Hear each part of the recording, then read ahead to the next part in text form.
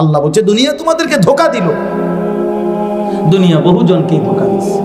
তুমি দুনিয়ারে খুব কামড়াইয়া ধরছিলা, দুনিয়ারে টাইট করে ধরছিলা। তুমি সয়েল টেস্ট রিপোর্ট করে একেবারে বুয়েটের ইঞ্জিনিয়ার দিয়া বিল্ডিং এর মজবুতির জন্য যেন তুমি কোনোদিন না মরো, যেন কোনোদিন তোমার এই ঘর থেকে বাহির না করে, এই জন্য খুব হ্যাপি করে ফাইলিং কইরা এরপরে বিল্ডিং বানাইছো।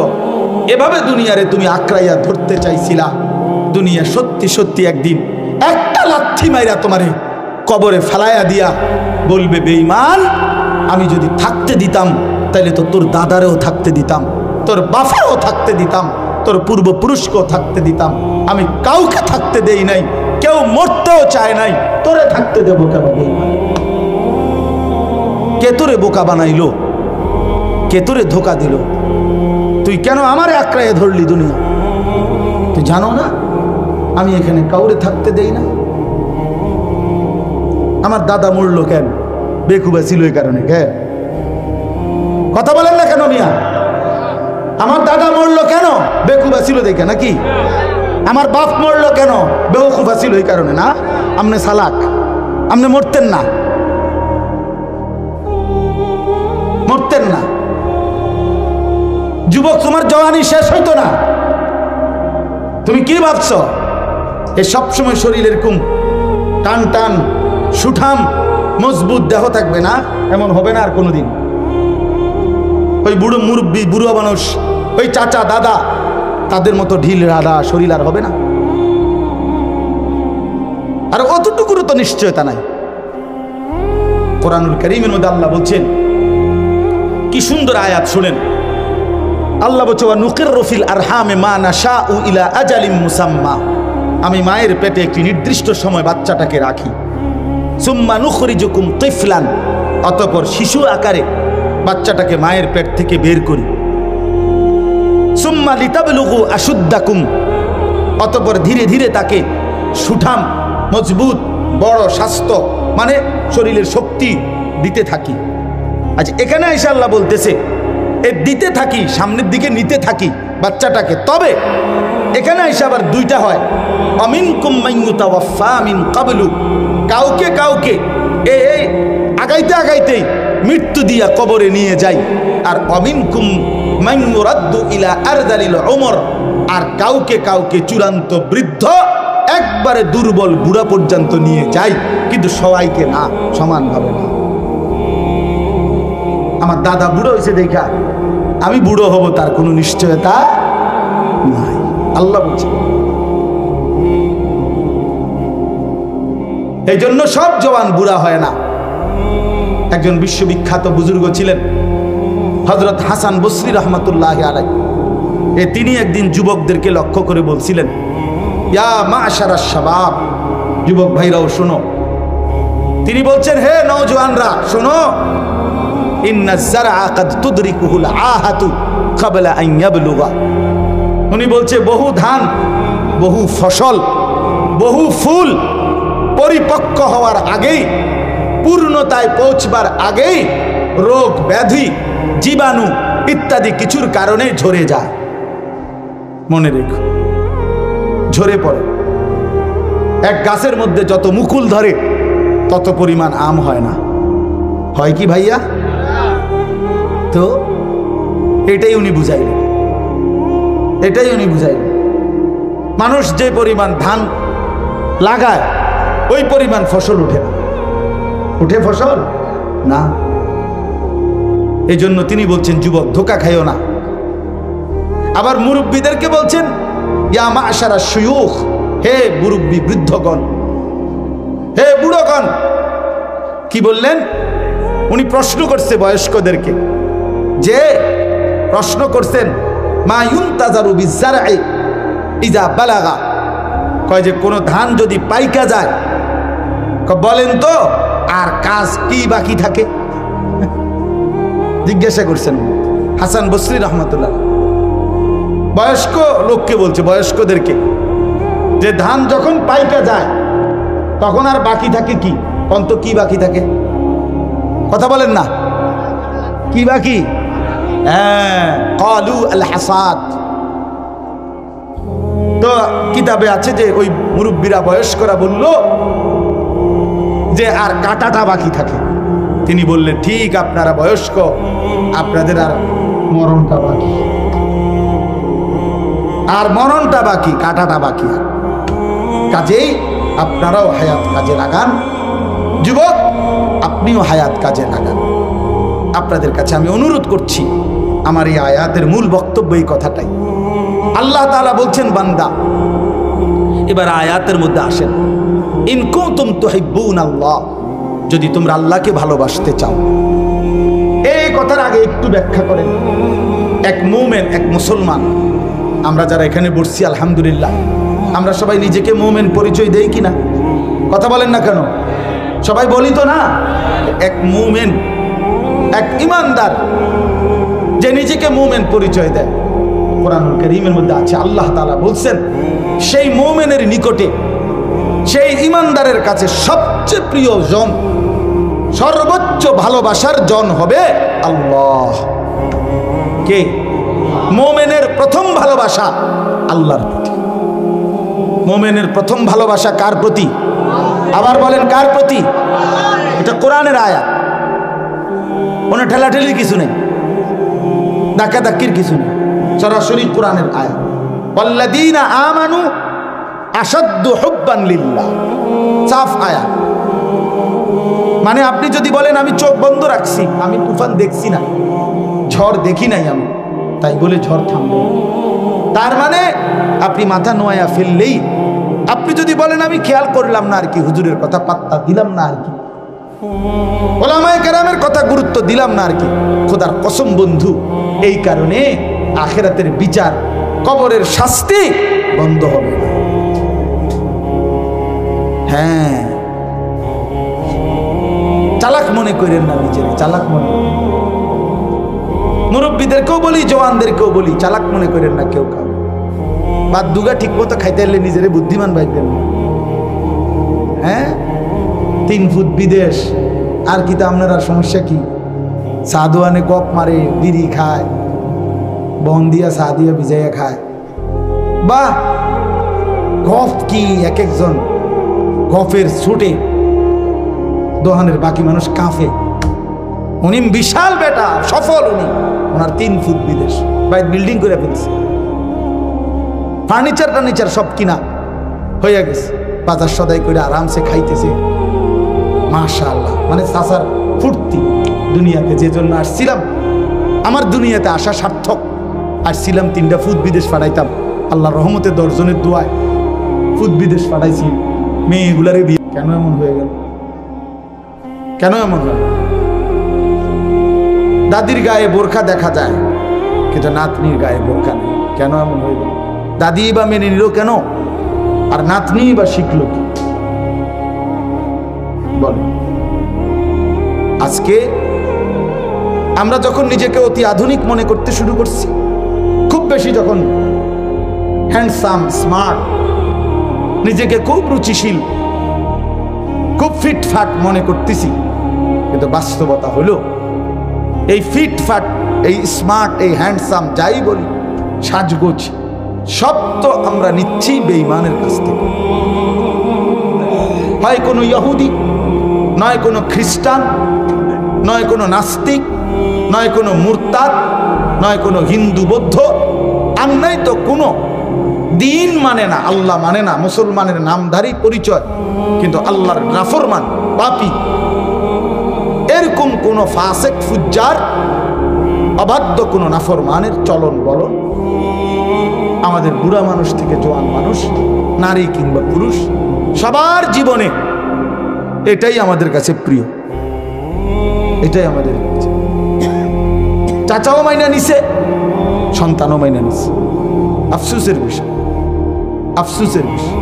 এই ঘরের দাদাও ব্রাশ করে, নাতিও ব্রাশ করে, এই ঘরের বাবাও ব্রাশ করে, ছেলেটাও ব্রাশ করে, কিন্তু কেউই মেসওয়াক করে। কারণ সবাই ফয়সালা নিছে, রাসূলুল্লাহ সাল্লাল্লাহু আলাইহি সাল্লাম, ওনার আমাদের জন্য কোনো দরকার নেই। এই ঘরের নাতিও ডাইনিং টেবিলে খানা খায়, দাদাও ডাইনিং টেবিলে খানা খায়। কথা বুঝেন নাই? মাও খায়, ছেলে না মেয়েও খায়, সবাই নিজেকে খুব ভদ্র আধুনিক মনে করে দিনের পর দিন ডাইনিং টেবিলেই খানা খাচ্ছে, কিন্তু দস্তরখান কেউ বিছায় না, কেউ সমান জায়গায় খাইতে রাজি না। কারণ সবার সিদ্ধান্ত, ফ্যামিলির ছোট বড় জওয়ান বুড়া সবাই মিলে এটা সিদ্ধান্ত নিছে যে যাই করো, যাকেই অনুসরণ করো, তবে কমপক্ষে খেয়াল রাখো যে মুহাম্মদের যেন কোনো অনুসরণ না হয়। এদিকে নজর রাখবে, এদিকে নজর। পৃথিবীর যত রকমের ফাসেক ফুজ্জার, যত রকমের ফালতু লোক হোক, তাদের প্রত্যেকের চুলের কাটিং একবার করে রাখো। যেহেতু প্রতি 1.5 মাস 1 মাসের মাথায় চুল কাটার সুযোগ আছে, তো কাজেই একবার ক্রিকেট খেলোয়াড়, একবার ফুটবল খেলোয়াড়, একবার সিনেমার গায়ক, একবার নায়ক, একবার রাস্তার বখাটে, একবার টিকটকার, একবার ইউটিউবার, অথবা যে কোনো কারো কিছু একটা। এইটারে বারবার ফ্যাশন চেঞ্জ করো, কিন্তু খেয়াল রাখবা একবারও যেন 20 বছরের ভিতরে, 30 বছরের ভিতরে মুহাম্মদ আরবি সাল্লাল্লাহু আলাইহি সাল্লাম তিনি কিভাবে চুল রাখতেন, সাহাবায়ে কেরাম কিভাবে চুল রাখতেন, এটা যেন কোনোভাবে তোমার মাথায় না আসে, এটা নজর রাখবে। এই হলো আমাদের। নাহলে আপনি এখন জিজ্ঞাসা করেন, আপনি জিজ্ঞাসা করেন যে যুবক তুমি দাঁড়াও, গত 10 বছরের ভিতরে তুমি যতবার চুল কাটছো, তুমি মুসলমানের বাচ্চা, একবারের জন্য মনে পড়ছিনি, কোনো একবার জিজ্ঞাসা করছুনি কাউরে যে আমার নবী সাল্লাল্লাহু আলাইহি সাল্লাম তিনি কিভাবে চুল রাখতেন? বলেন, সাহাবায়ে কেরাম কিভাবে চুল রাখতেন, আল্লাহর প্রিয় বান্দাগণ কিভাবে চুল রাখতেন? কেন মনে পড়লো না ভাই? কারণ আমাদের কলিজার ভিতরে শয়তান, ইবলিস, দুশ্মন আমাদের কলিজার মধ্যে এটা বসায় দিছে, যাই করো মুহাম্মদকে অনুসরণ করো সাল্লাল্লাহু আলাইহি ওয়াসাল্লাম। বুড়া চাচা 60 বছর বয়স, উনি সিদ্ধান্ত নিছে আমার বয়স যদি 60 হয়, 70 হয়, যদি আমার বয়স 600 বছরও হয়, আমি বিড়ি খানা ছাড়তাম না। কারণ আমি জানি মুহাম্মদ আরবি সাল্লাল্লাহু আলাইহি সাল্লাম তিনি দুর্গন্ধ পছন্দ করতেন না। নবীজি সাল্লাল্লাহু আলাইহি সাল্লাম দুর্গন্ধ সইতেন না। নবীজি সামান্য কাঁচা পেঁয়াজের গন্ধ পছন্দ করতেন না, কাঁচা রসুনের গন্ধ পছন্দ করতেন না, ঘামের গন্ধ পছন্দ করতেন না। কাজে আমি যেহেতু জানি নবীজি দুর্গন্ধ পছন্দ করতেন না, তিনি যেহেতু চির সুগন্ধিময়, 24 ঘন্টা আল্লাহ নবী সাল্লাল্লাহু আলাইহি সাল্লামের দেহ মোবারক থেকে মেশকো আম্বরের ঘ্রাণ বের হতো। তো সেই নবী যেহেতু সবসময় পবিত্র সুগন্ধিময় ছিলেন, কাজে আমার সিদ্ধান্ত আমি বুড়া হইতে হইতে যদি বাঁকাও হইয়া যায়, মাগার বিড়িখানা ছাড়তাম না, কারণ আমি তো মুহাম্মদকে অনুসরণ করি না। কথা বুঝছেন না? এটা হলো ওনার ফায়সালা। আপনি মুখে বলবেন, আপনি কলজাটা সিরিয়াস আন, এটার ভিতরে, এটাই ভিতরে, হ্যাঁ এটাই ভিতরে। 30 বছর প্রয়োজনে লাগাতার আমি দাড়ি কাটবো, কাটতেই থাকবো আমি। যতবার নবী সাল্লাল্লাহু আলাইহি ওয়াসাল্লাম তিনি যদি প্রতিবারও কেঁদে ওঠে, তিনি যদি প্রতিবারও কাঁপা ওঠে যে হায় উম্মত করলাটা কি, তারপরও আমার কোনো পরোয়া নাই, কারণ আমার তো সিদ্ধান্ত আমি বিরোধিতা করব মুহাম্মদ। কাজে আমি দাড়ি কাইটাই যাব, সাফ কথা বেটা। কোন মোল্লা কি বলছে, কোন মৌলবি কি বলছে, এগুলো আমার দেখার সময় না। এই যে মানসিকতা, ভাইয়া বাবা, এ কেমন জিন্দেগি, এ কেমন জিন্দেগি, এ কেমন জীবন বলে? দিনের পর দিন, বছরের পর বছর সামান্য পেশাব করে টয়লেট বাথরুমের ঠিক মতো পবিত্রতা, টয়লেট পেপারটুকুও ঠিক মতো ব্যবহার করে না, পানি ব্যবহার করে না।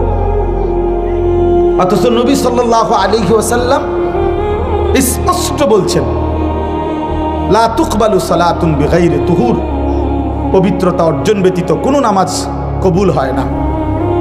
নবীজি বলছেন ইন্নাল্লাহা তাইয়্যিব লা ইয়াকবালু ইল্লা তাইয়্যিবান, নিশ্চয়ই আল্লাহ পবিত্র, পবিত্রতা ছাড়া তিনি কিছুই গ্রহণ করেন না।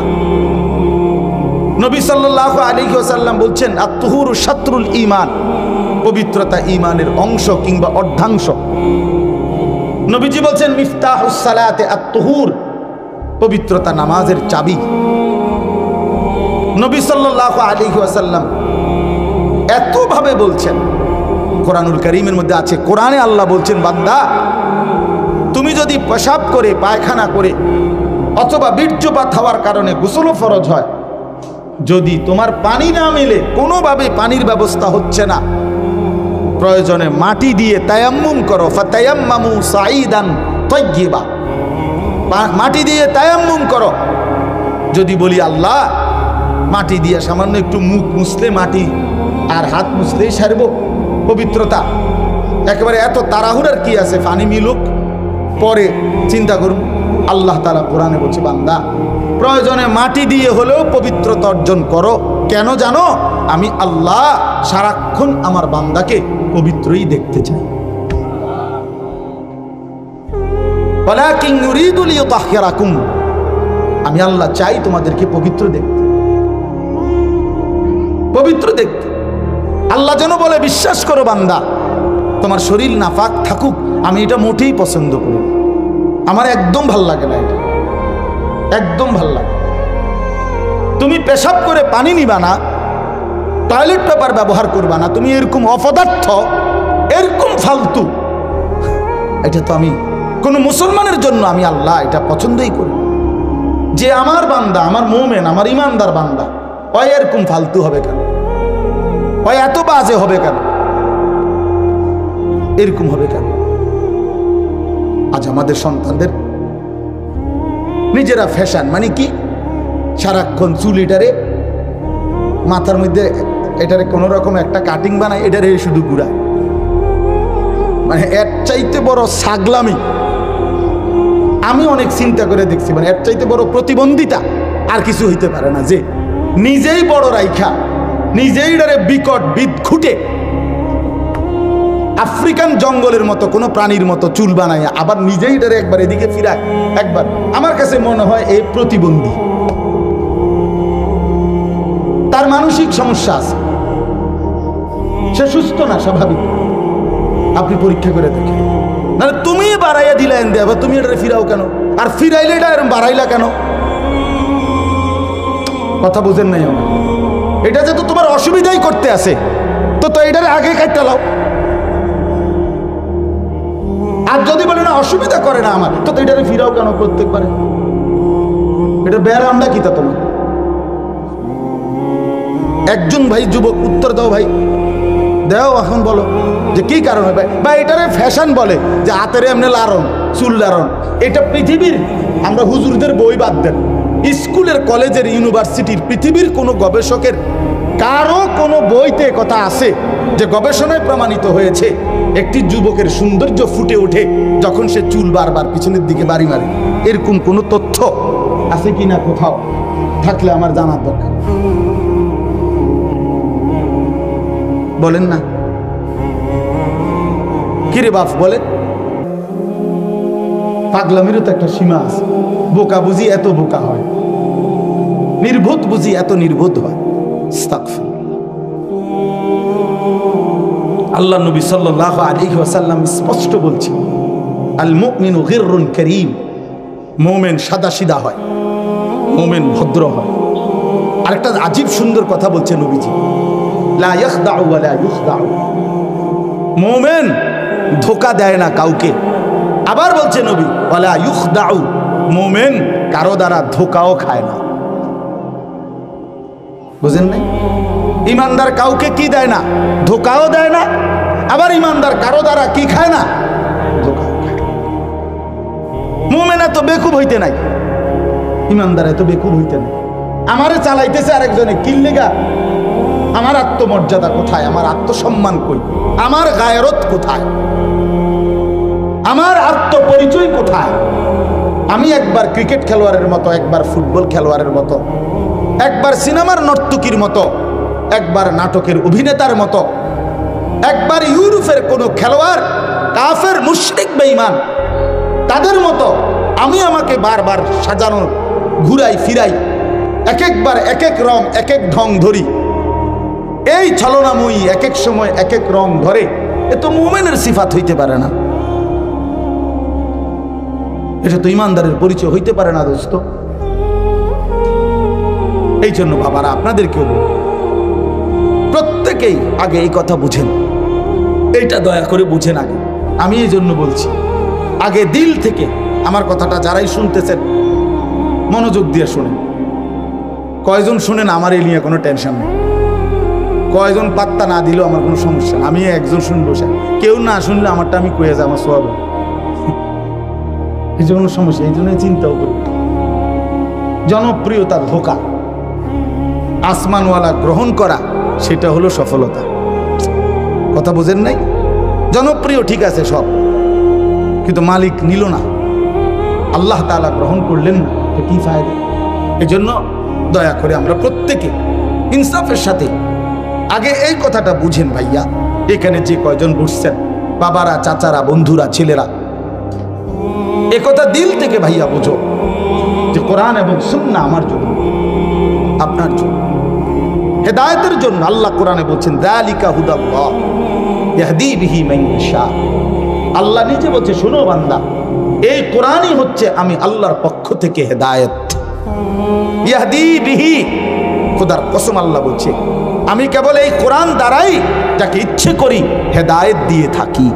অতএব কোরআন এবং সুন্নাহর সাথে সম্পর্ক নাই, কোরআনুল কারীমের হুকুমটা গ্রহণ করে না, রাসূলুল্লাহ সাল্লাল্লাহু আলাইহি সাল্লামের তরিকা গ্রহণ করে না, নিশ্চিত সে কোনো সঠিক পথ, সুপথ, আলোকিত রাস্তা খোদার কসম তার মিলবে না।